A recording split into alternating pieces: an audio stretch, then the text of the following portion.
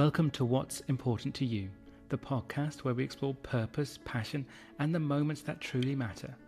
I'm James Dean, and each week I sit down with inspiring guests to uncover what drives them, inspires them, and what's important to them.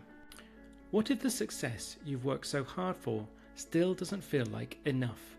In this episode, we explore identity, courage, and the bold decision to leave a high-profile career to pursue deeper fulfillment. We talk about self-sabotage, authenticity, business energetics, and the ripple effect that can happen when you finally align with who you truly are. If you've ever felt the pull toward something more, but wondered if you're brave enough to follow it, this conversation is for you.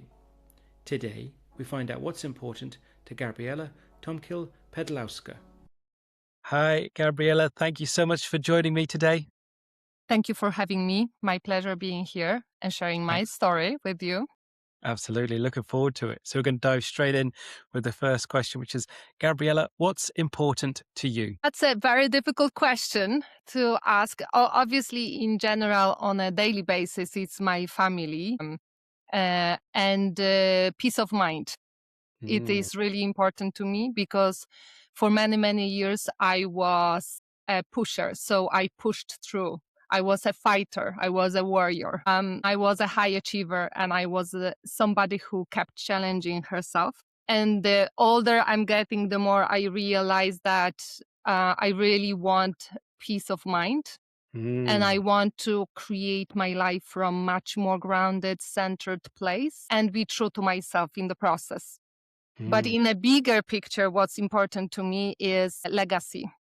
I've always wanted to make a difference. Since I was a child, I was different. I was much wiser than people who were the same age. I was always having beautiful quotes in my room. I was very sentimental. I loved conversations about life. Boys and dolls didn't interest me, or clothes. I was more interested in how I can live my life to the fullest, how I can make a difference, why I'm here, and what's important in my life. And I really, I think what's really important to me is that I leave something behind, that I create a ripple, and it will be an easier journey for my daughter. So I often say that it ends with me. So I end many of, I don't want to go too, metaphoric, but I want to end the patterns that my family line was going through. Gotcha. In terms how we dealt with men, how we dealt with finances, how we built success, how we survived. And I really want to create a better, different future for my daughter and for all the young people that will be adults shortly. Yeah. Wow. That's so much in that. I think the first things, obviously, when you said that peace of mind is obviously a big piece, and then that obviously bringing that into legacy. And you said there you've had that sort of perspective on life from quite an early age of wanting to do things and being interested in the world, interested in life itself. But one of the things I thought you said that was interesting was initially you said you were a pusher, you were an achiever, you were kind of that sort of working, the aiming of success.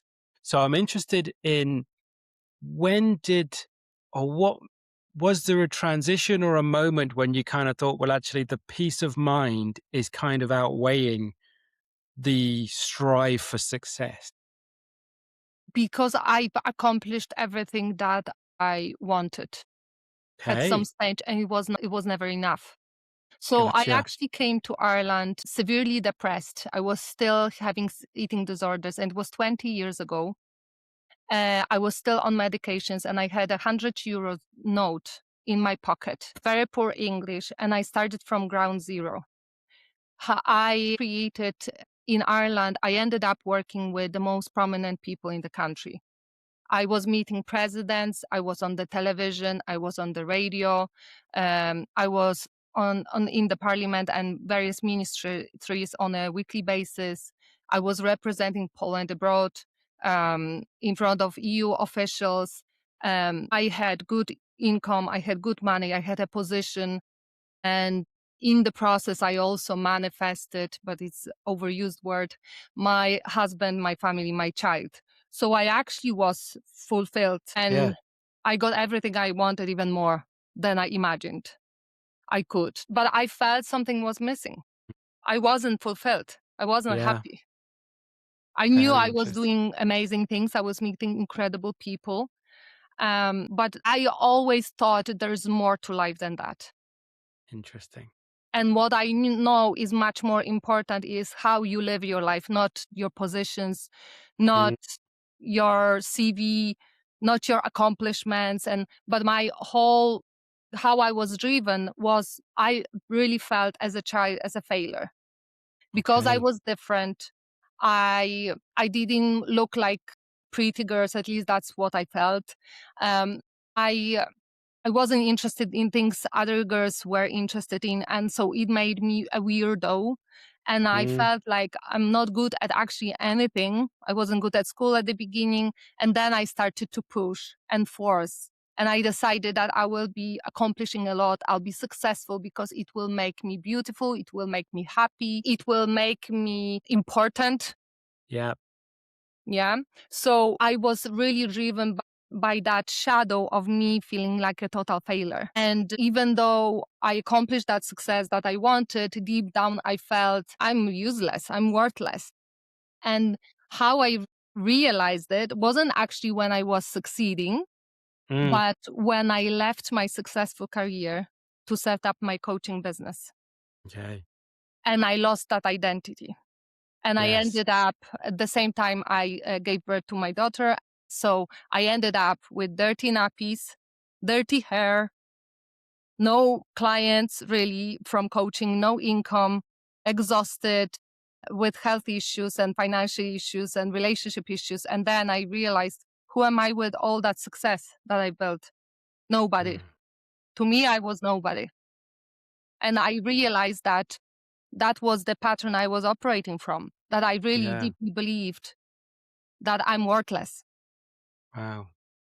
That's thank you for sharing that because that's obviously as you say something that's very deep and to yourself. So I'm I'm interested now then because it's and I completely relate in some ways regarding the sort of what we the terminology of success and then we have fulfillment and the concept of I think in that pattern that you're in or that process you're in of success, if you continue to ignore those genuine thoughts and feelings that you're having inside, the only way you can kind of mitigate that is trying to be more successful in Yeah. theory. And So this is it's what I going, was trying to do. yeah, yeah, Because on top of my successful career, I was working with one of Bob Proctor's top consultants in the world. yeah, So I had a job and I had, apart from it, I had a part-time job where I okay, was working as her salesperson, running events in Ireland every month. And we had master classes with over 1,500 people every month.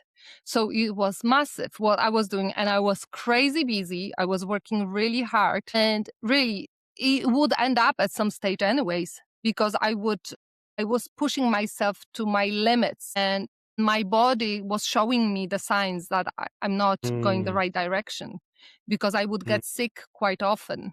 I would push, and then I would contract because my body wasn't able to keep up with the amount of yeah, pressure I was building. Yeah. So yeah, that's how it worked.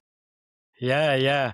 So I'm interested then because you said then you the sort of shift from and was it with the success that you're doing when you said you were work in the career you had, was it in to do with was it diplomacy? What was that sort of career that you'd built up when you were saying you were representing Poland? What was the where you were So working? yeah, so the first career, first big success that I had was a career in diplomacy, and the all the opportunities opened up when I manifested that job. Yeah. It actually happened as the back end of me losing a job in finances. Okay. And in the biggest crisis in Yeah. Ireland in 2019, and I couldn't find a job in a year. Nobody was replying to me. So if anyone is listening who was made Yeah. redundant, I actually made a decision that year that I'm not going to, it's not going to destroy me. I'm going to make it the best time of my life. So I decided that I will change the perception of it. I decided that life pushed me to that decision, to that situation, and that there is something much better around the corner. But it didn't come easy. So because I kept applying, nobody was replying. Between 9 and 5 p.m., I would work. So I would look for a job. It would be my job. And I remember, I think 9 months later, I was really at the point where I was thinking I need to go back to Poland because I was on an unemployment benefit. I remember that moment. I was crying, talking to my mom, and I said, like, I can't keep up, like, I can't survive. And my friend called me and she said, you can't believe. I overheard a conversation in the pub that they are looking for an economist, and I'm an economist by education, in the Polish embassy.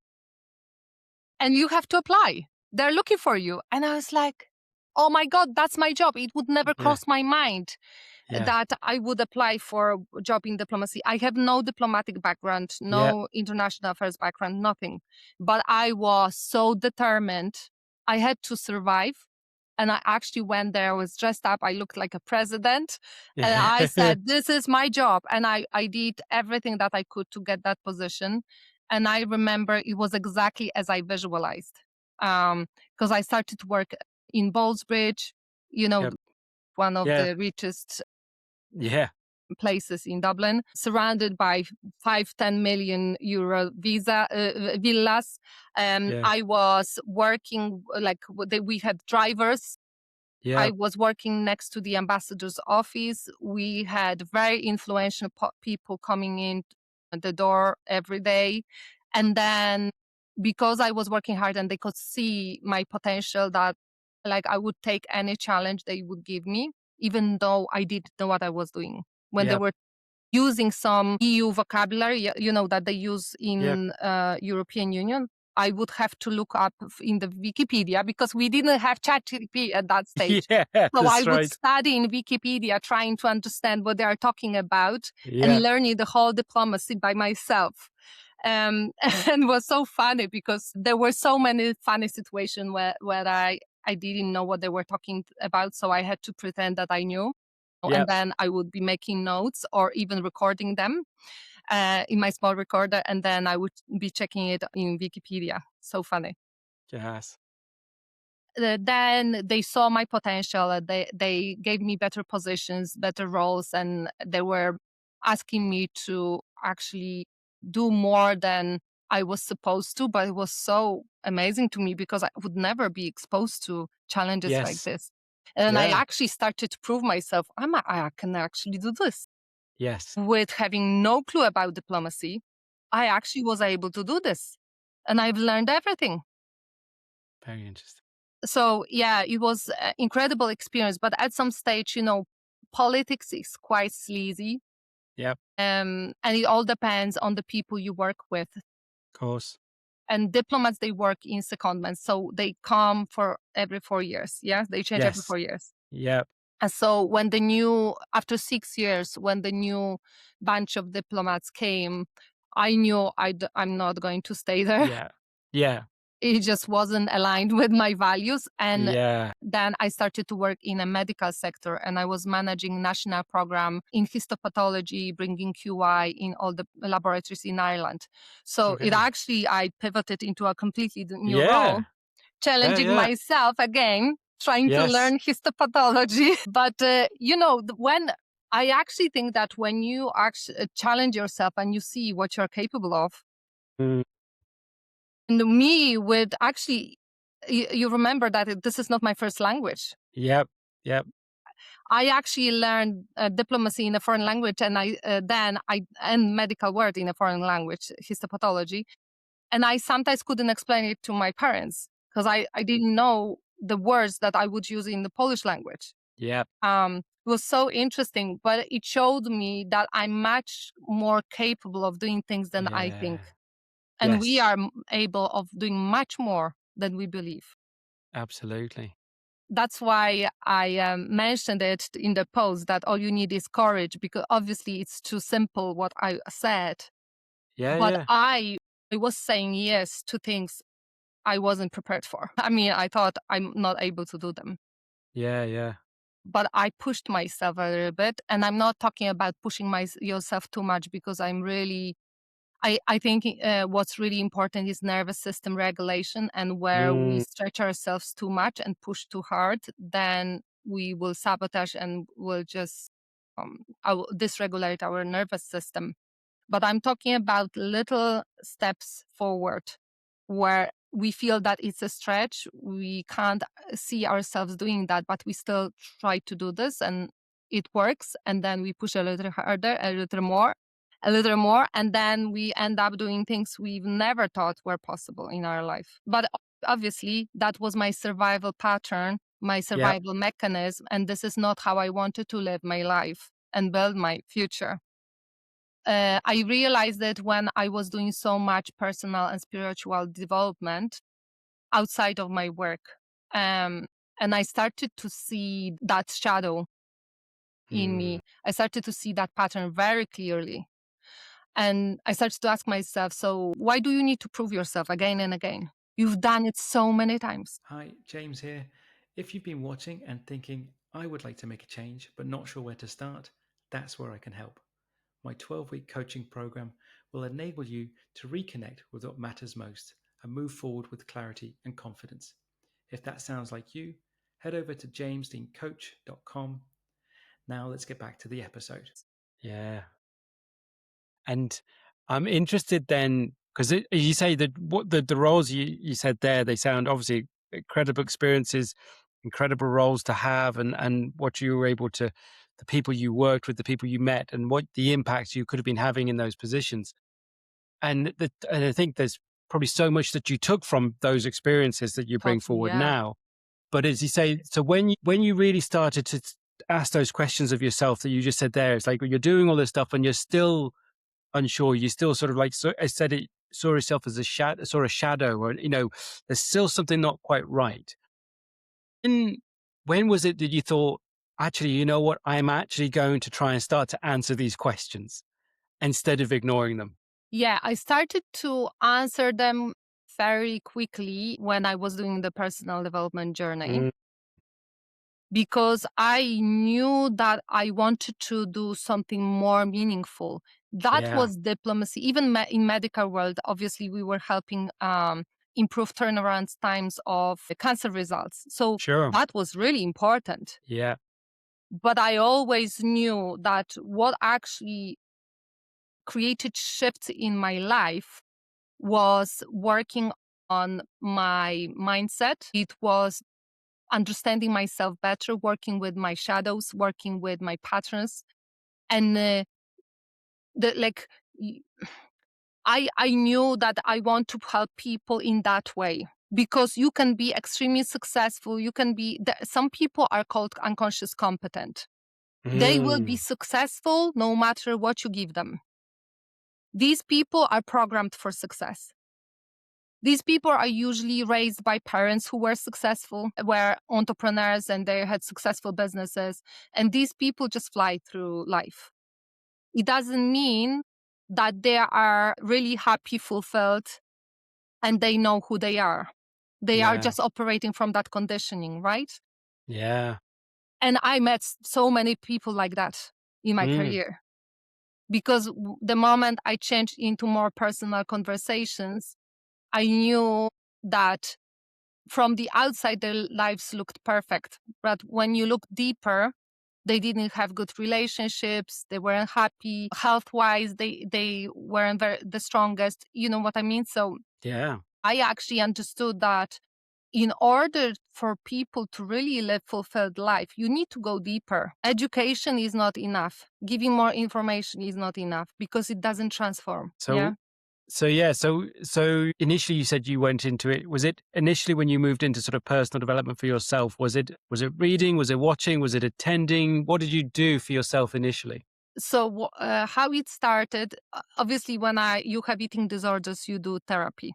So how my journey started is in early 20s when I had to go through a therapy and started to look at myself from a different perspective. But I mentioned to you that I lost my job in 2019 and I had to find a way to survive. And I remember one lady recommended a book to me called You Can Heal Your Life by Louise Hay. And Louise Hay explained there how through self-love is such an overused word, but through really being compassionate to herself, accepting herself fully and giving herself love first, how she healed her cancer, how she basically healed her life.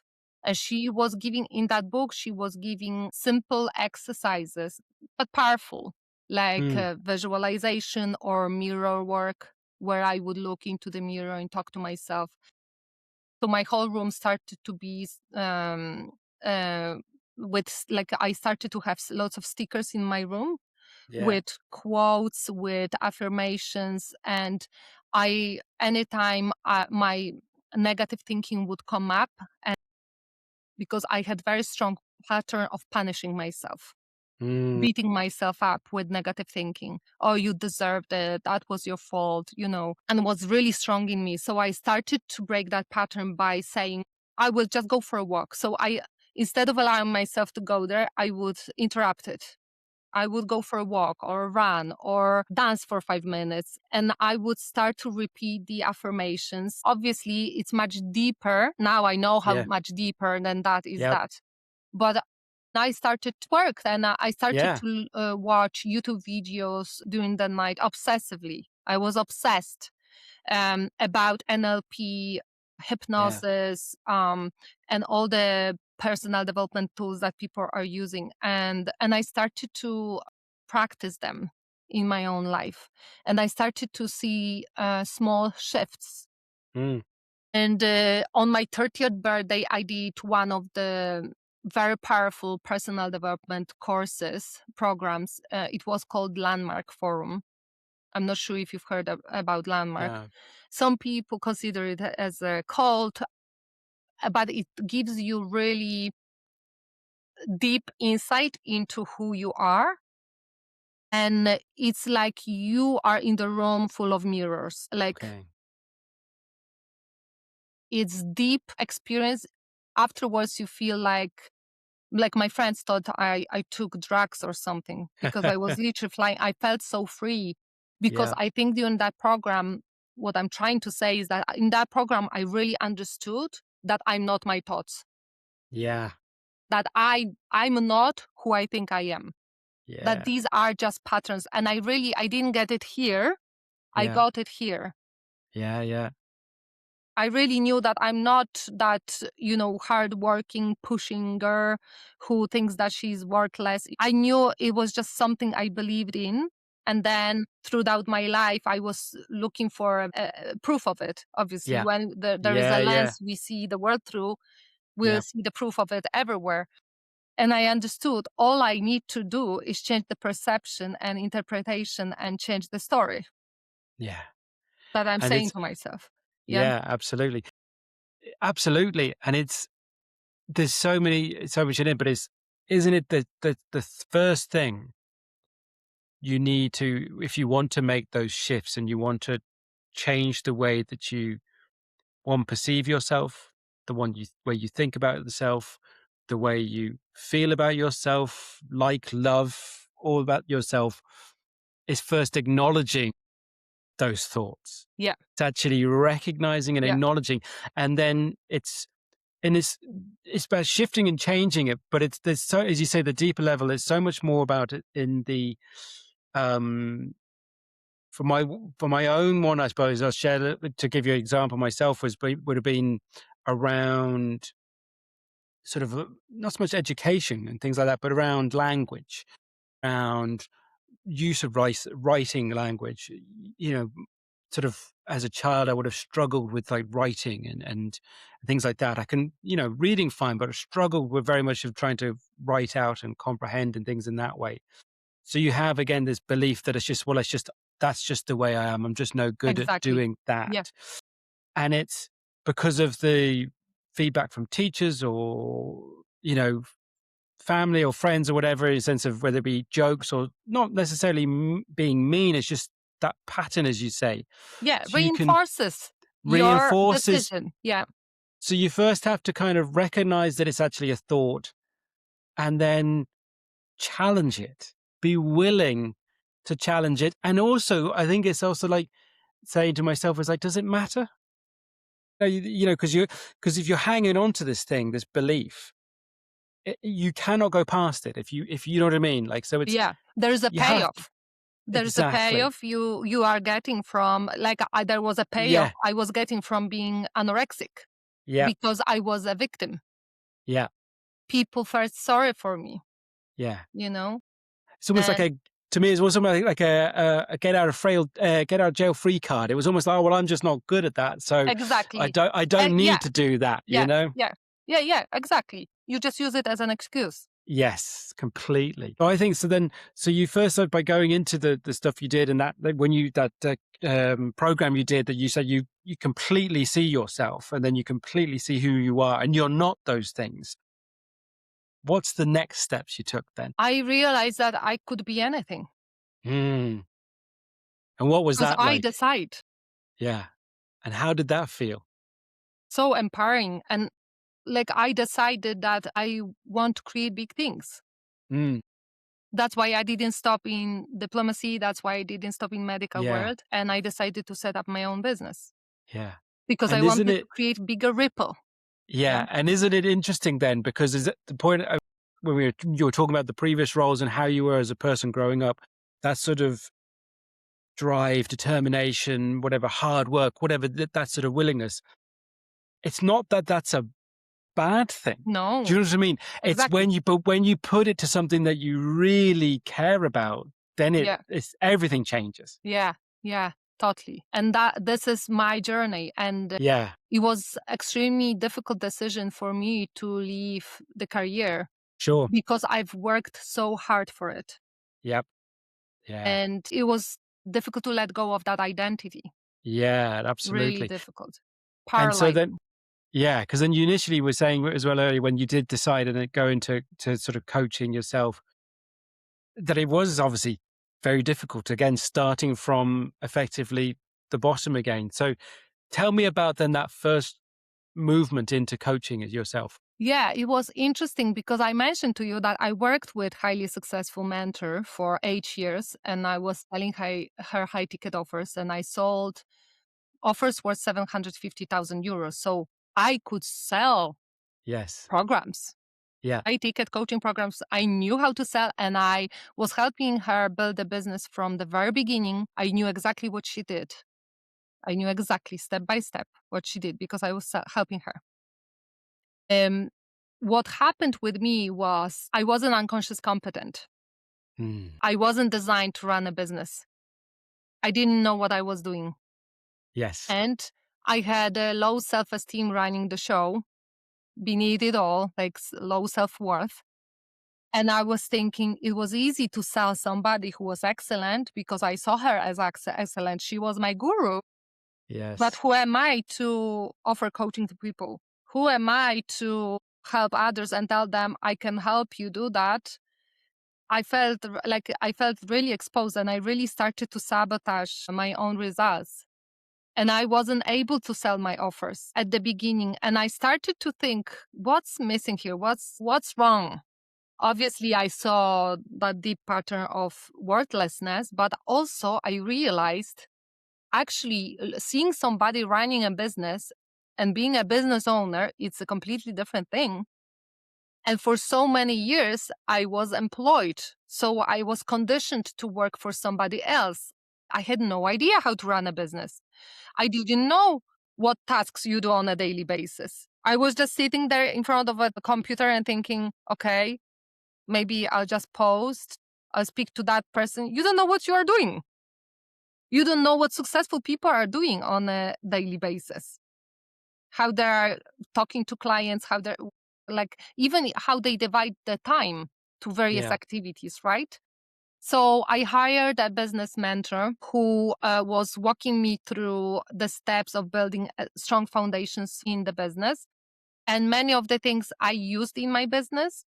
At some stage, I also realized that I'm highly empathetic. Some of the strategies wouldn't work for me because I don't want to build a business using hype, manipulation, and, this is just not my way. But I used a lot of techniques and strategies she taught me. And then I started to see massive difference in the results. And on top of it, obviously, I was working on my self-worth a lot, doing lots of deep inner work. I'm a law of breath work.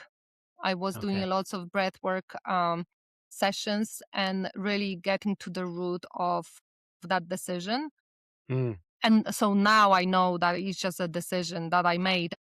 My whole life, I'll be actually not struggling, because I don't struggle with it, but it's more like I'll be always examining it. It will always be coming up on the surface because it's part of who I am, but it doesn't limit me, if you know what I mean. Absolutely. It just comes up from time to time. Yeah. But very rarely now. Yeah. So what I'm really passionate about right now is to help coaches and healers create a bridge and start to build a business from entrepreneurial mindset, because most of them have employee mindset and they don't know what to do, how to build a business, how to build strong foundations, what to do on a daily basis. They have no idea how to build programs, how to sell them. And that's why I started to help coaches build their businesses through strong foundations. And I call it business energetics because I work a lot with identity. Identity is the foundation of the work I do.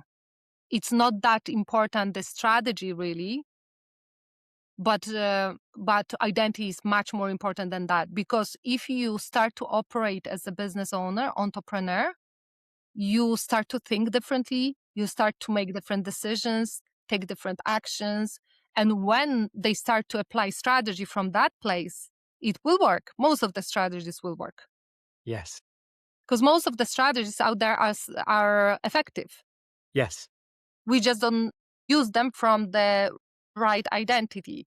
Because if somebody is in an identity of an employee who is trying to build a business, they will not use any of these strategies effectively. Yeah.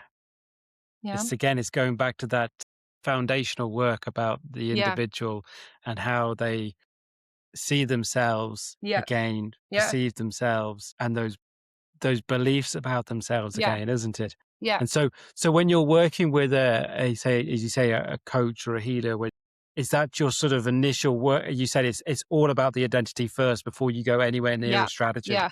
So that's why my work is different than any other business mentors. I do teach business, but we start from a completely different angle.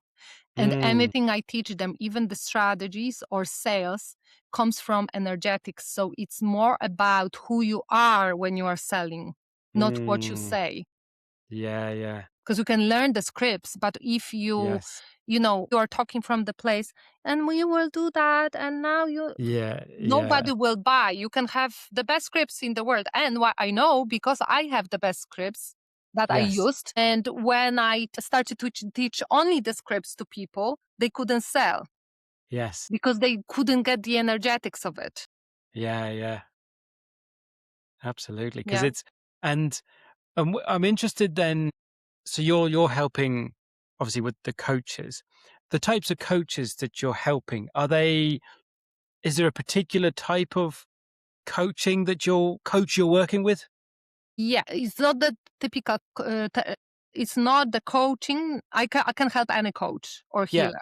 It's more the personality. Yeah. Okay. These people need to match my personality. In a way, they are high achievers. Okay. Yeah. They want to do things well. They've finished their coaching qualifications. They are willing to invest in themselves. These people they feel that they're meant for more, just like me.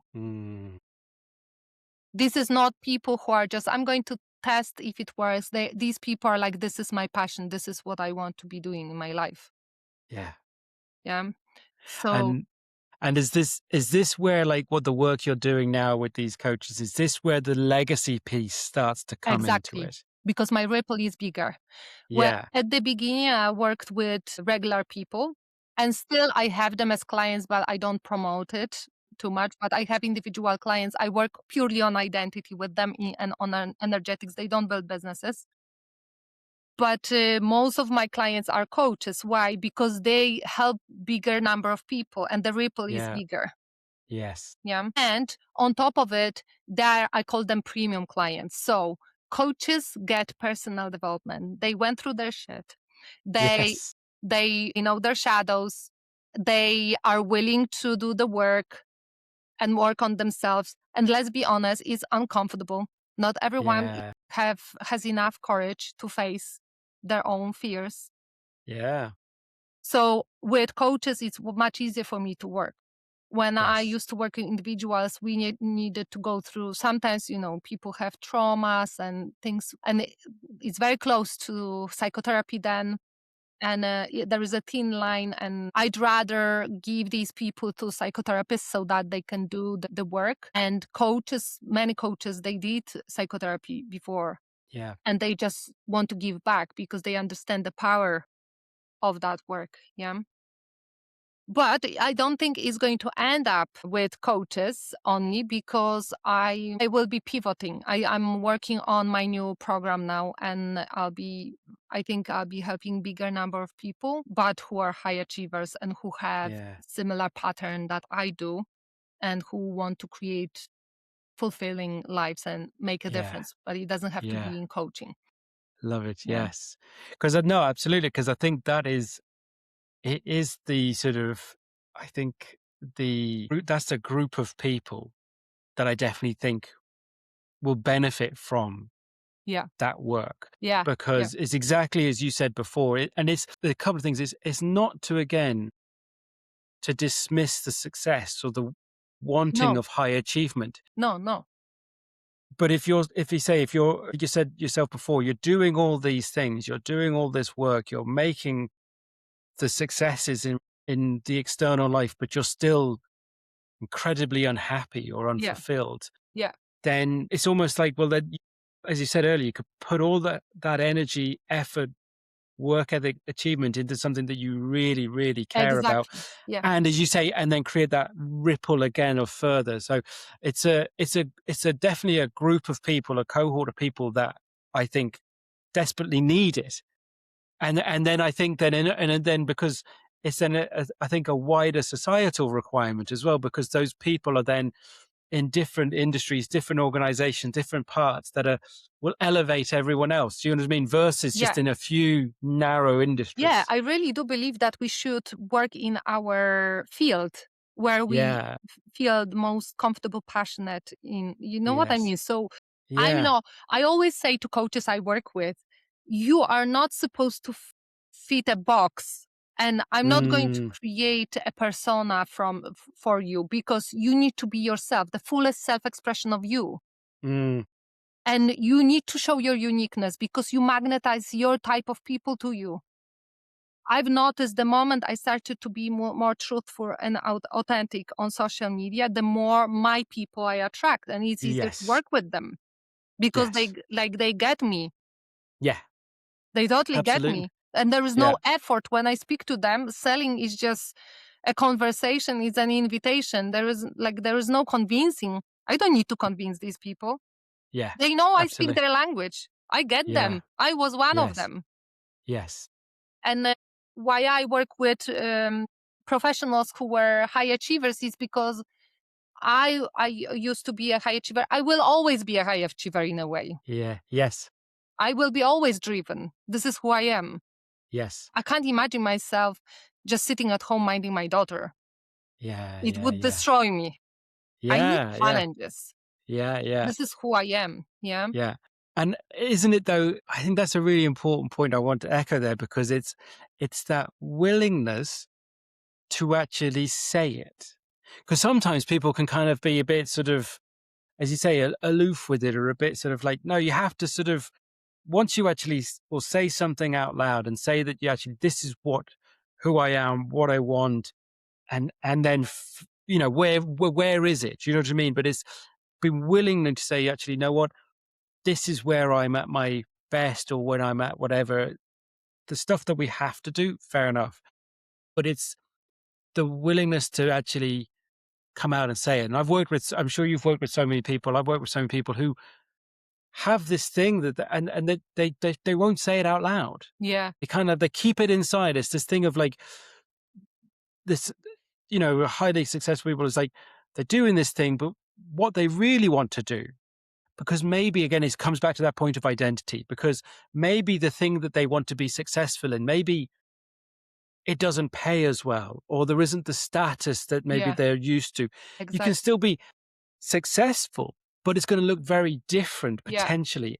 Yeah. And they're sort of like having to think they're going to have to give up this. And sometimes it's not because of one made by themselves identity, but it's also how they be perceived to the group of people around them. Yeah. That's a big shift. Yeah. Imagine me telling people that I'm leaving my successful career to do coaching, totally woo-woo stuff. I'm a Reiki master as well, so I know how to work with energy as well. Obviously, I don't use it, but I'm highly empathetic. Yeah. I tune into people. I channel a lot when I speak to people. Yeah. So people were like, that's not real job. Yes. That's a woo-woo. Yeah. And you are going to make money from it. You'll be like all these mentors who are taking photo shoots on yachts, pretending they're wealthy, and they were telling me stories like this. Yeah. But it's my calling. I can't deny it. I could for a while, but I wouldn't be fulfilled and never satisfied with where I am, because that's not my journey. Yeah. My journey is maybe more difficult one, because let's be honest, building a business, especially coaching business and any holistic well-being business, is like the most difficult personal development journey you will ever go on. Sure. It will challenge you in every way. Yeah. And that's the other point that I wanted to echo, because you kind of mentioned it earlier, in the sense of like that you'll, as much as it doesn't happen as often and maybe not as strong, but that thing about sometimes your self-worth always kind of bubbles up or creeps up. I think this is the other point when you do, and I think the word you said earlier was courage as well. So when you do have the courage to sort of embark on your own, whatever personal development journey, not necessarily because you're going into coaching, but whatever it is you're doing, there's an element to me, and I when I went through my education on this and my own sort of continual in personal development, is the fact that it is continual, that it doesn't stop, that you continue to grow. And it's kind of with the show, the podcast, and the question of what's important is like, that will evolve, that will change. And it almost like, it kind of has to, because circumstance will change, you will change. So I love the fact that it's an evolution of what we do all the time. And I think and even more so now, when I've spoken to people on the show as well, the fact that careers will change, perspective, it's like, it's good. It's like, you could do it for so long and you think, you know what, I'm going to take another left turn and I'm going to do something complete. And we are allowed to do that. Then. We are allowed to change the direction. I actually redefined the success for myself. It used to be positions, money, being respected, important. Now is having that peace of mind, being with my daughter, having freedom, that I can go to school in the morning with her. I can collect her at 1:30 and spend the rest of the day with her. I choose when I work, when I don't. I choose my own tasks that I'm doing. This is freedom for me. This is success to me. Yes. Not somebody else telling me, especially in diplomacy, what I was supposed to say. Because it was really rigid in terms of what I was allowed to say aloud. So I couldn't be me. And now all I need to do is to be me. But the struggle we have, and that's the one that I struggled with, is that me wasn't enough. That was the only thing that I struggled with, because I thought it wasn't enough. Now I'm starting to understand that when you are surrounded by people who are on the same vibe, on the same frequency, you're more than enough. Yes. 100%.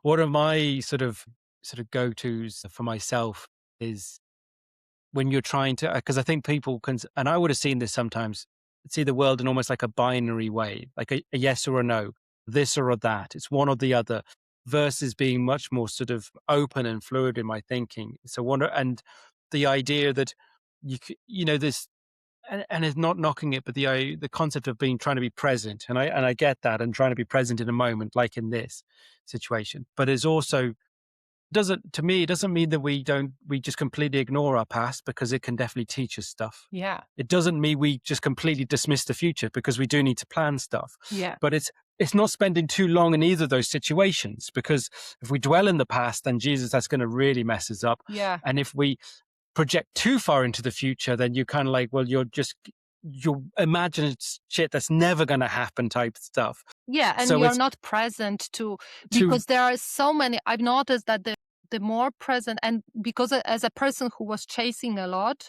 yeah, I struggled at the beginning to really be present, mindful. But what I've noticed that the more present we get, the more opportunities we see around us. We sometimes chase, but what I've really got recently was that all I need is within me. I don't have to go for another course, another training. no, I just need to be resourceful, more resourceful, and use everything that I have within me right now, all the connections that I have within my network right now. And it's more than enough. But we are taught, like, especially now with the social media, we are bombarded by things, and like we are so distracted. You have to do this, you have to go there, you yeah, have to sign up for this. And we lose the center. What I've been really practicing for the past couple of years is to really grounding myself in being present and being centered. And then whenever I was making a decision from there, it was the right decision. Because I yes, could hear that quiet, yes, go there, yes, do this. yeah, The yeah, quiet voice of intuition leading your way and telling you what's best. absolutely.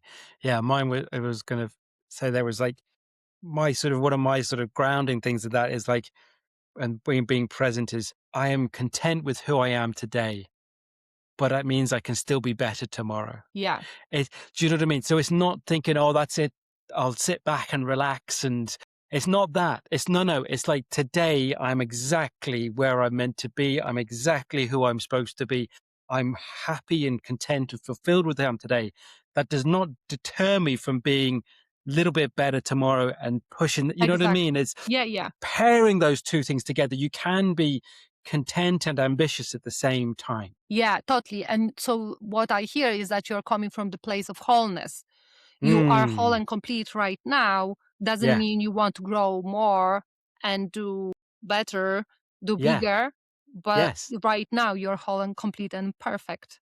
And Absolutely. when we come from that place, we Yeah. create differently because it doesn't 100%. come from that shadow. Yes. I need to Doesn't be co better to feel that I'm enough, you exactly. know? Coming from that place of fear, or Fear. exactly, or that, Yeah. yeah, 100%. Absolutely. It is, yeah, I mean, it's so powerful. It's as much as so many times I've spoken to people on this show, it's when I hear it from someone else in a different perspective, it is always so interesting to hear it. You said a few times throughout the chat already that even as a child, you had quotes and phrases and things all over. So one of the questions I love to ask people, is there a quote or a phrase that's important to you? Not really. There is no quote that I would repeat now. What I've learned is that when you build authority online, you don't share people's quotes. You create your Yeah, own quotes. yeah, So yeah, I'm on a yeah, I'm on a journey of looking within and looking for my own, yeah, creating my own quotes. But I said it at the beginning of our yeah, conversation. I really believe that all you need is courage. yeah. I do really believe that small, imperfect actions are much better than the best perfect inactions, perfectly planned inactions. So I always say yes to life. I say Yeah. yes when I feel the nudge in me, even if I don't know how to do something, but there is a nudge, an inspired idea, I follow it. Mm, And then I say, all I need is courage. Gabi, all you need is courage. You don't have to have it figured out. You don't have to know how to do this. All you need is to take the first step. yeah. And And no, the whole line, the whole road will appear. Yeah.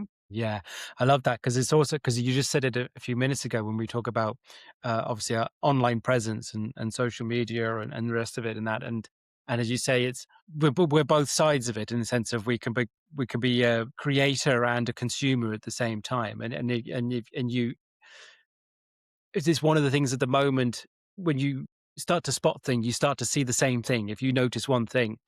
And one of the things I'm noticing at the moment is online regarding is AI at the moment. And it's very similar in some ways, you could argue, to say the way people talked about fitness or health or diets, because one thing will come out and it's the best thing that's ever there. So say, you mentioned it earlier, say Chat GPT, whatever, and admittedly, I use it. I'm not sponsored by Yeah. anything. I just use it. Yeah.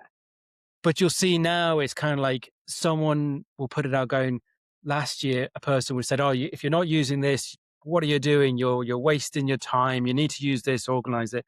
That same person now will be saying, why are you still using ChatGPT? You're Exactly. sounding like everyone else. Yeah. Yeah. The same way that sort of, you have to be on the Atkins diet. Yeah. A year later, why are you, Yeah. so we can get caught up in all the BS. Totally. And when we are not centered, when we don't listen exactly, to the inner voice telling us what's right for us.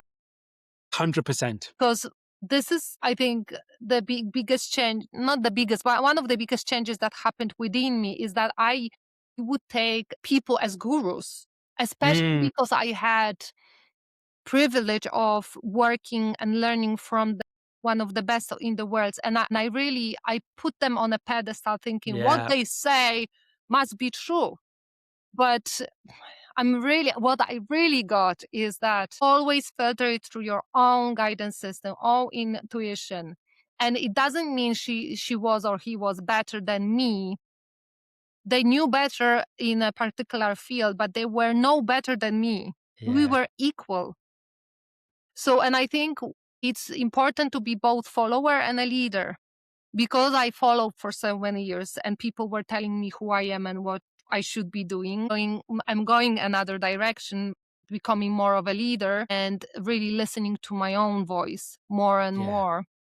And this is what I say to my clients that I mentor. Obviously, I tell them what to do, but I always tell them, listen to your guidance system, filter it through what I say, filter it through your own guidance system, and decide, is it yours or not? If it's a stretch, but it feels like it's you could grow into it, then take it. If not, if it doesn't align, don't take it. Because otherwise they will lose their own grounding and certain centeredness. But this is what they need. They need to be really fully grounded in who they are and what they do. And when they follow it, then they create incredible things, because we are told you have to do that. But I know people, coaches, who never are never on social media and they're making 7 figures. Yeah. Because they listen to that inner guidance system. And they don't go through a typical, way that is marketed. That you need to do the cold outreach. You need to speak to as many people, bring as many leads as possible. I think energetics is really much more important than that. Because you could be sitting all day long trying to get leads, and if you're doing it from the wrong energy, these people will dismiss you and they will ignore you anyways. Yeah, absolutely. And I think it's to sort of add on to that, I'd say, is because again, when I'm thinking this through myself, it's this whole thing of they can all work. It's just whether it works for you. Yeah. Do you know what I mean? So it really comes back to what you're just saying there. It's like all of these strategies, processes, procedures, whatever we want to call it, in whether it be building a business or whether it be, as I said, whether it be health and fitness, all these different things that are out there, they all work. It just depends on which one works for you. Exactly. 100%. And it goes back to the point that you said at first, when you work with the people that you work with, it's like, we're working on you first. Because if I just dump all this stuff on you to do a strategy, it's going to come across, whether you're talking to someone in person or you're putting something out online or you're building a program, building a website, etc. It's not going to sound, it's all going to sound different.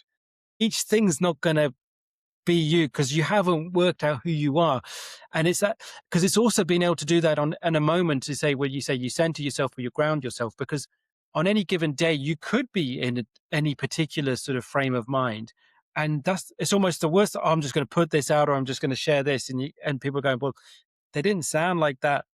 It's how you bring it back to yourself and who you are, how you want to present yourself, where you're coming from, whether it be your identity, your values and stuff. So it's everything you said. It's like you really have to go back to who you are first before anything else. Yeah. And bring more of it into the world. Absolutely. Who's been the biggest influences, would you say, in your life? I think one of them was Bob Proctor. He had massive impact on me because I started to manifest like crazy in my life when I did his Thinking to Results program first, and then lead the field and other programs with him. He first introduced me to the concept of identity. He calls it self-image.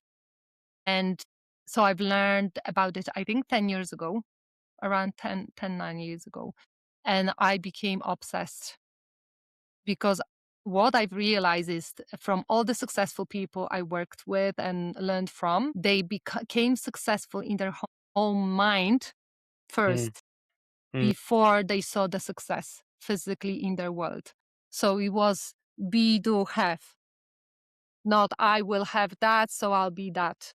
So I really started to dig deep into the identity concept, and understanding the power of it is massive. Because once you change the perception, the beliefs about yourself that you hold, then everything else that is surrounding you will match it. So will shift around you. Yeah. 100%. And he had massive impact on me. He passed a couple of years ago, but I've learned so much from him and from top consultants that were working with him as well. And I really got the power of personal development. And he was talking a lot about legacy. And this is what we see. Like he's gone, but what he gave us, we're just passing it to others. Obviously, he was quite masculine in his nature, and in my mentorship, I bring more femininity, more feminine energy, more spiritual energy. But he had a massive impact on my life, and I'm forever grateful for him. Yeah, absolutely. And I was just going to say that, and you said it yourself there, is like when you sort of consider legacy, as you say, like, in the sense of, because obviously so many people as well I've spoken to, he's had many other people have said his name as well. Like, what I mean? It just shows you what impact people can have going after they've gone, and the work that they've delivered. And I think, again, it's not to sort of thinking, I have to be as big as Bob Proctor. It's not about that. No. It's about, if you can impact one person and then they impact one person, or you impact two and they impact 10, it's that sort of ripple effect of, as you say, you used it earlier, like and again, it's not putting people up on a pedestal, but admiring what they did, but thinking, what, just because I do isn't quote unquote as big as that, doesn't mean what I'm doing isn't relevant. No. And do you know what I mean? It's even just as important, if not more, And I'm not sure if you've heard his story. Like he never finished school. And when he was 28, he was completely broke. He never stayed in a job for longer than a year. And he just met a guy who introduced him to the book Think and Grow Rich. Yeah. And the one that he started to read, and he has read for 60 years. And the moment he started to read that books, from the moment he started to read that books, within the three years time, I think, 2 or 3 years time, he became a millionaire. It was 60 years ago. $1 million was really worth a lot of money.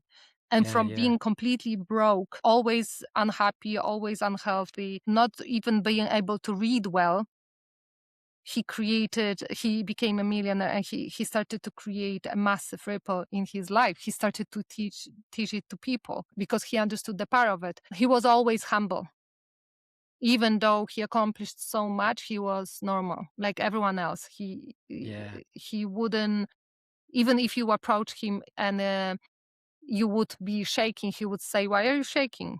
Like, there is no need to be shaking. I'm just like you." Yeah. Yeah. And I think people who really achieve a lot, they are humble. Yeah, They yeah. understand they are no better. Yes. Yeah, no, that the sort of having that humility is such a powerful value to Yeah, live, as it yeah, is. And I think is when you're talking about it, say of when, you said it earlier about when you just started to be yourself, you just started to find the people that came to you, they yeah, gravitated towards yeah, you. Because I think then it's when we so much of the people we want to work with, the people we want to see, is because we see ourselves in some aspects of those people. If you want, when you see someone who demonstrates humility and is humble, I mean, it just is a magnet and genuine. Because the thing is, I think as well, you can't fake real humility no, because people see through it so yeah. quickly. So when someone is humble, it just, yeah, it just really pulls you towards them. Yeah, exactly. And I think more and more people, I'm not sure if you are experiencing it, but I can see fakedness. Yeah, Like yeah, yeah, whenever I see posts or even people telling me stuff, I can feel this is bullshit. I can feel that they are just trying to make a sale that is not yes, authentic and yeah, genuine. And sometimes is enough for me to look at somebody's profile and I'm like, this yeah, is not my type of person. That yeah, does not resonate absolutely, with me. yeah. Yeah. It's yeah, absolutely, and and this is where it's like, because you say we can all, and now I've done it myself. You fall into the sort of, or maybe if I just did that extra program course, education or whatever. It's because when I find when I followed myself into that little bit of a potential rabbit hole, I realize to get myself to grounding is like it's because I'm on the edge of something. It's Mhm. because I'm like, and it's because I'm just you're kind of mad keen and you're like, you really, I think, oh, it could be a little bit further or could be a little bit better. And you go, no, you are again where you right to be. The fact that you're sort of wanting to just hit that sort of quick release button or it's like, because there's something happening. So you kind of have to just take the foot off, and just put it back to where the energy was before Exactly. Yeah. and keep going and start and keep going back to a place of like, well, where am I now? What's the right thing that you're feeling? Because it's also, I think that sometimes when you start to look for the quick fix again is because you're avoiding the thing that you ought to Oh, be. totally. So I want to say something here. Yeah. I recently learned about Berlin paradox. I was aware of it, but I didn't know that there was research on it. And we see it all the time. In terms of personal development, there is a shadow side of personal development and Mm, spirituality that you need to constantly get better, invest in yourself, work on your shadows, and mm, it's a vicious circle people are in. And that lady, she called it restless avoidance. And mm, how powerful is that and how true is that? That mm. sometimes instead of really being with what is and looking at what is and naming it and feeling it, we think, I need another course. Yes. Yes. I need another training. I need to invest in something to get better because there is something I'm not getting here. Yeah. Yeah. Absolutely. Always, it's that thing of like, so such a simple thing. Like I'll give the example of like the podcast I'm doing and stuff. You can get caught up in the thing of like, oh, if I just get a better microphone, or if I just thinking better meaning more expensive. Do you know what I mean? If I just, and it's like, no, it's about, again, it's about bringing it back to, again, the whole point, the question of the show, but what's the point of it? What's the purpose of it? What's important about it again? And it's like, it brings it back to these things that they're just tools. Yeah. They just enable it to happen. Yeah. But just because you spend more money on it Yeah. does not Doesn't mean mean it's you. going to. Yeah. I'm a person who invested in her personal development 50,000 euros. So I know what I'm talking about. And I Yeah, like yeah, invested in so many programs that I shouldn't have. Probably they gave me something, but it wasn't necessary.